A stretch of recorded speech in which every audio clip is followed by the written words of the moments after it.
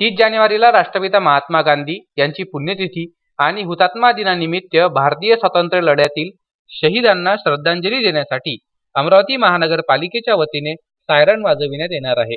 30 जानेवारीला 10:59 पहिला आणि 11:02 दुसरा सायरन वाजवून श्रद्धांजली देण्यात येणार आहे।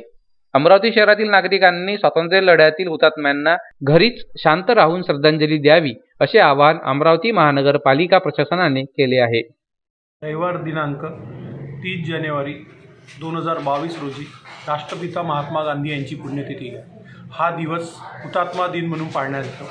भारतीय स्वातंत्र्याच्या लढ्यात शहीद झालेल्या बांधवांना आपण या दिवशी श्रद्धांजली देत असतो।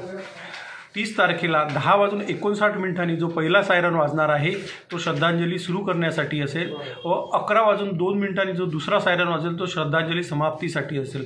सर्व नागरिकांना विनंती आहे की आपण 30 तारखेला 11 वाजता 2 मिनिटं मौन पाळून सर्व हुतात्म्यांना श्रद्धांजली द्यायची आहे।